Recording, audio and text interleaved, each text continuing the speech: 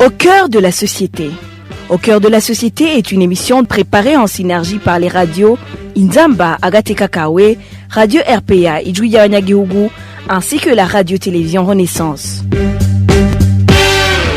Le président Évariste Ndayishimiye à New York pour la 76e session de l'Assemblée générale des Nations unies a dans son discours revenu sur la question du terrorisme. Il a annoncé au monde que Red Tabara, un mouvement rebelle qui combat le pouvoir de Gitega, n'est rien d'autre qu'un groupe terroriste. Qu'en pensent les défenseurs burundais des droits de l'homme? Y a-t-il une solution pacifique envisageable pour combattre ce que le président burundais qualifie de terrorisme? Les réponses, c'est dans son mini-magazine au cœur de la société de ce samedi 25 septembre 2021. À la présentation, Alexandre Nyungeko. Bienvenue. Évariste Ndayishimiye, président de la République, a nommé l'ADF et Red Tabara comme des groupes terroristes ayant la base dans la région de l'Est de la République démocratique du Congo, ajoutant que ces mouvements constituent une menace non seulement pour les pays des Grands Lacs, mais aussi pour l'humanité tout entière. Nous sommes préoccupés par la prolifération du terrorisme dans la sous-région, dont les responsables, tels que l'ADF, Red Tabara, ayant la base dans la région de l'Est de la République démocratique du Congo, qui recrutent de jeunes chômeurs et qui tuent aveuglément des paisibles et innocents citoyens. Je reste convaincu que ces groupes constituent une menace non seulement pour notre région, mais pour l'humanité tout entière. La lutte efficace contre le terrorisme suppose une lutte contre la radicalisation. L'ONU devrait prendre des sanctions sévères contre ces groupes et tous ceux qui les soutiennent.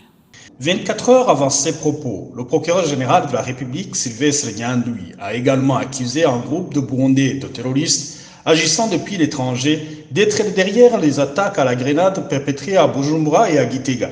Pour le président de la PRODH, les autorités burundaises font un pas en avant et reconnaissent au moins qu'il y a des mouvements qui menacent le pays. Pierre Claver Mbonimpa rappelle au gouvernement quelques facteurs qui conduisent parfois à cette situation. Et cette milice d'Imbonerakure, en fait, à la base, c'est le CNDD-FDD. Les autres qui sont mécontents, ils vont créer des milices. Alors, il y aura beaucoup de milices au Burundi, même aujourd'hui, il y en a beaucoup. Une solution pacifique est toujours possible à travers un dialogue franc et inclusif, ajoute Pierre Claver Mbonimpa. Et quant au président Ndayishimiye, le reste est de trouver une solution. En fait, c'est son devoir. S'il y a des milices, d'abord, il faut qu'il analyse le mobile de ces milices. Pourquoi on a instauré les Imbonerakure? C'était pour combattre quoi?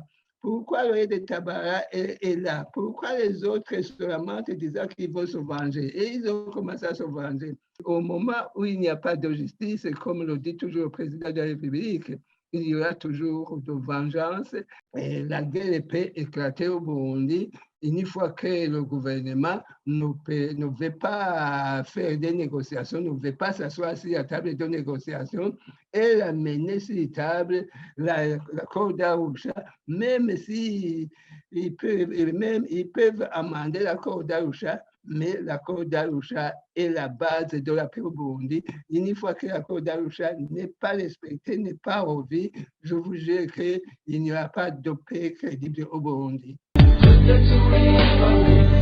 Dans un entretien accordé au magazine Au cœur de la société, le porte-parole du mouvement Red Tabara a confirmé que son groupe armé est à l'origine de l'attaque qui a visé dans la nuit du samedi 18 au dimanche 19 septembre l'aéroport Melchior Ndadaye de Bujumbura, mais il dément être l'auteur d'une autre attaque à la grenade qui a fait des morts et plusieurs blessés en début de semaine en plein centre de Bujumbura. Il ajoute que le mouvement Red Tabara revendique en Burundi où les droits humains au sens large du terme seront garantis à l'ensemble de tous les citoyens.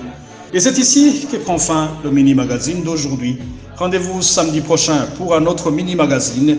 Alexandre Nyungeko était à la présentation. Au revoir et à la prochaine. C'était l'émission Au cœur de la société.